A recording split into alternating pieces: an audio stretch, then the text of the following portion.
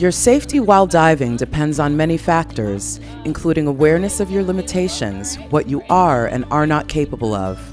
If you disregard those limitations, you will be exposed to risk and may get hurt. You have to understand both the nature of your limits and the hazards that exist beyond those limits. In this video, we'll review the limitations that all recreational divers should be aware of and discuss best practices that ensure your safety. Diving with a competent buddy or dive guide is a good practice, but it does not replace self-accountability. You must dive only in conditions you are confident are within your limits. And remember, everybody has their limits. The most skilled divers need to be just as attuned to their limits as new divers. The first is your no decompression limit, or NDL. Your NDL is the amount of time you can stay at a particular depth without needing to perform decompression stops, also called mandatory decompression stops, while you ascend. It is designed to limit the amount of nitrogen dissolved in your tissues. That amount is small enough, you can safely head for the surface. As long as your ascend rate is reasonably slow, not exceeding 30 feet or 9 meters per minute, your risk of decompression sickness is reasonably small.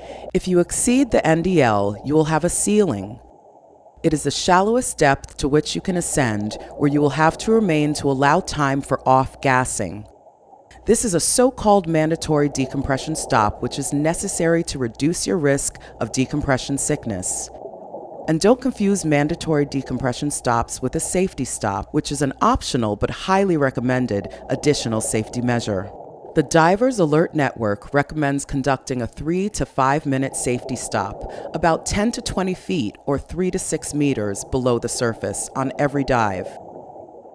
You should consult your dive computer or dive table, whichever tool you use, before every dive, to find out the NDL time for the maximum depth of your intended dive. And be sure you thoroughly understand how to use it when planning your dive. It's essential that you become familiar with your dive computer on land before you take it into the water. Read the manual and ask for assistance if there's any aspect of its operation you're unclear about. Also, don't forget that electronics can break or malfunction, so you should always have access to dive tables or a backup dive computer. Finally, never dive without a depth gauge and a timing device, whether it's a computer-based or analog. You may hear dive professionals say, "Do not push the limits," which means you should not remain at maximum depth your entire dive.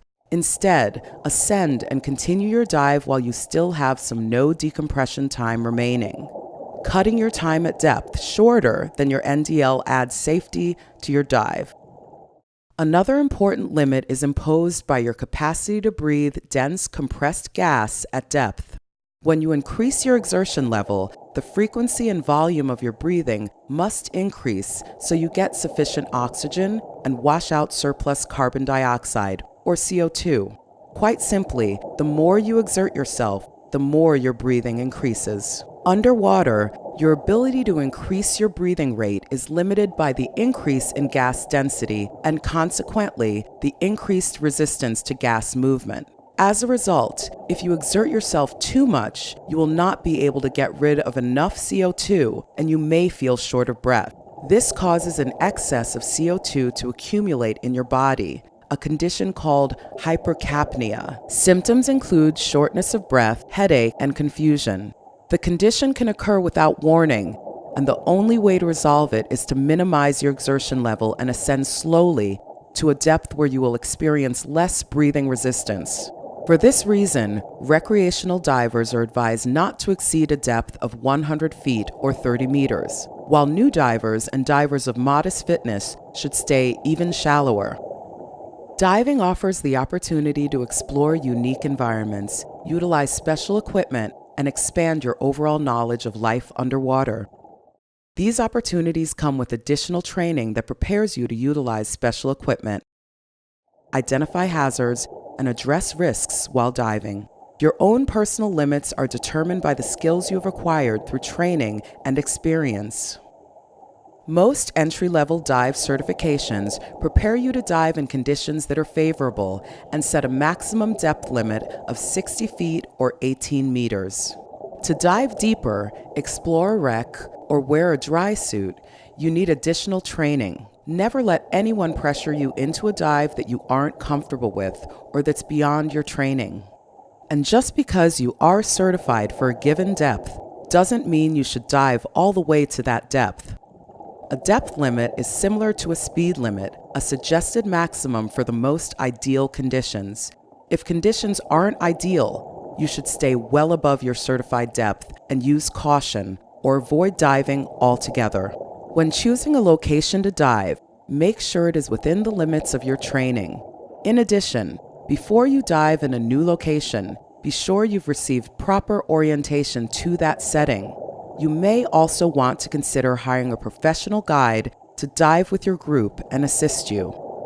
Finally, remember that continuing education courses are a great way to gain experience, learn specific skills, and increase your competency while you're under the direct supervision of a trained dive professional. Another training-related limit is the environment where your training took place.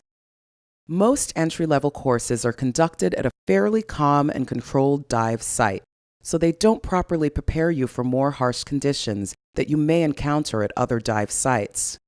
Always give due consideration to environmental conditions, such as wave height, visibility, the strength and direction of the current, and the water temperature. If you are certified in protected, calm, and bright tropical waters, then a quarry dive in 60 feet or 18 meters of cold, murky water could present significant new challenges, not only the greater depth, but also the potential for entrapment due to poor visibility or the possibility of panic. Or an ocean environment may present challenges like boat traffic, tides, strong currents, or encounters with noxious marine life.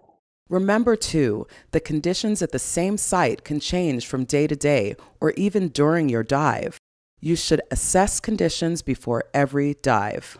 A dive over a natural bottom, for example, entails little or no danger of entanglement, whereas a dive around a shipwreck, as enticing as it may sound, may present a risk of injury. Before you even consider a dive that could involve penetration of an overhead environment, such as a shipwreck or cavern, it is imperative that you receive training in the proper techniques for such a setting. Your health status and physical fitness may also impose limitations. Scuba diving has an impact on your entire body and all its systems. A healthy body can adapt physiologically within the limits of recreational diving.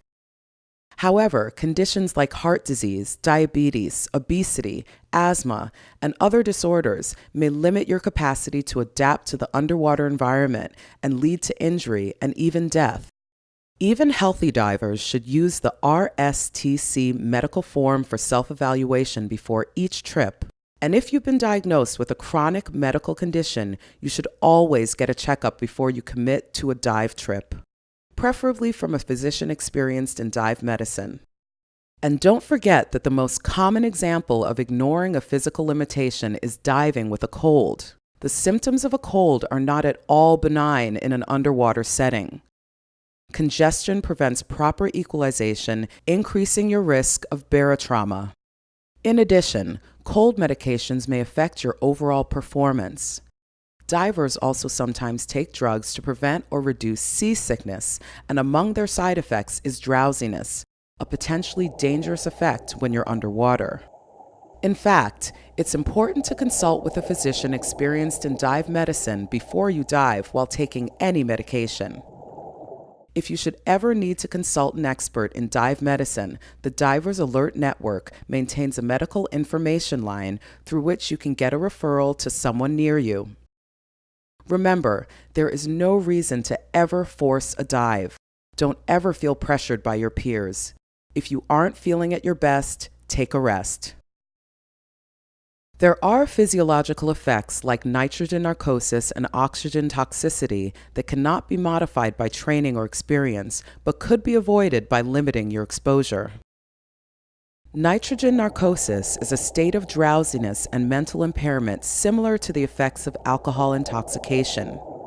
It is caused by breathing air under high pressure. The condition develops gradually as your depth increases and usually becomes evident as you approach 100 feet or 30 meters. Beyond that point, it eventually affects every diver. Some divers may feel they are not affected. However, it is awareness that varies among divers, not susceptibility. The impairment induced by nitrogen narcosis can be aggravated by exertion and carbon dioxide retention. And obviously, diving under the influence is equally as dangerous as driving under the influence. Oxygen toxicity is a hazard that will not be a concern if you are diving with air and within recreational diving limits. Oxygen toxicity is associated with breathing nitrox or a technical diving gas mix beyond your depth limit. Symptoms of oxygen toxicity include seizures, a loss of consciousness with vigorous muscle contractions, which can cause drowning. The standard breathing gas is air that contains about 21% oxygen, while the oxygen-enriched gas, known as nitrox, typically contains 32% to 36% oxygen. Tanks containing nitrox should be marked accordingly, though such markings can vary from one operation to another. The most common designation is a green and yellow enriched air nitrox sticker wrapped around the cylinder. Other markings that you may see include a green valve cap and/or a green on and off tank knob. All tanks should also carry a sticker or tape noting the tank's fill date, oxygen percentage, and maximum operating depth, as well as the initials of the person verifying those facts. Unless you've been trained in the use of nitrox, never use tanks marked as containing enriched air. In addition, technical divers sometimes use pure oxygen to aid in decompression. All divers should know the markings that signify pure oxygen, which vary by country. Green on the top and shoulder of a tank in the US, for example, but white in Canada. Tanks containing pure oxygen should be clearly labeled and easily identifiable so they can't be confused with recreational scuba tanks. Finally, divers need to consider their psychological limits, which can be even more challenging than physical limits. Even in the best diving conditions, the thought of being submersed and isolated from the natural, breathable environment may cause anxiety and even apprehension. New divers are more likely to become anxious, but even experienced divers may not be immune to anxiety when facing new or challenging dive tasks. Buddies, crew members, and instructors routinely try to offer encouragement to their fellow divers in such cases. But the line between encouragement and pressure can be a fine one for a diver who is feeling apprehensive. People often react differently to the thrill of new experiences. Jumping off a boat for the first time can be exciting for some divers, but stressful for others. While feeling a little anxiety is normal, even healthy, as it may nudge you to pay attention to safety considerations, anxiety can also build and worsen during the course of a dive.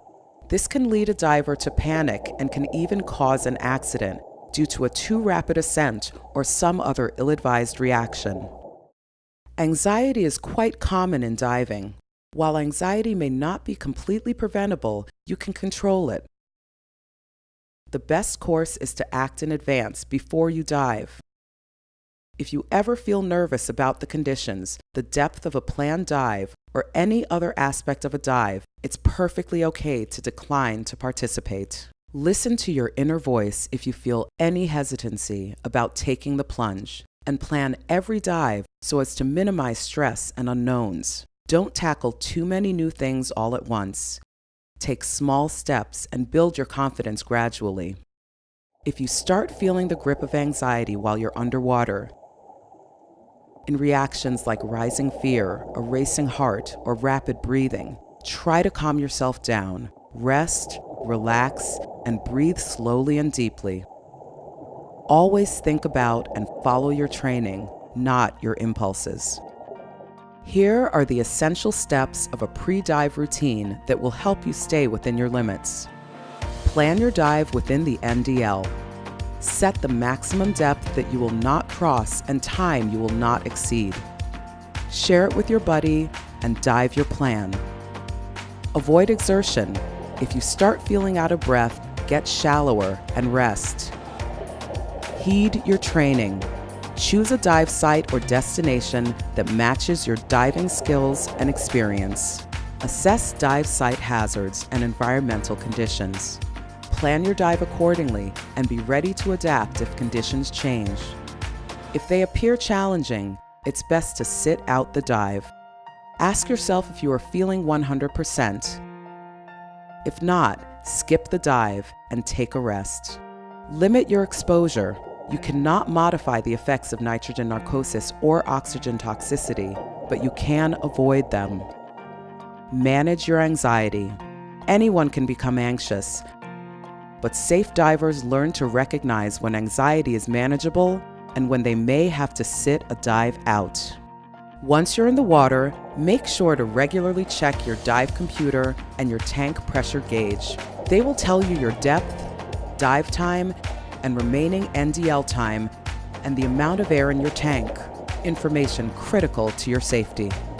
The closer you are to the limits you established before the dive, the more often you should monitor your instruments.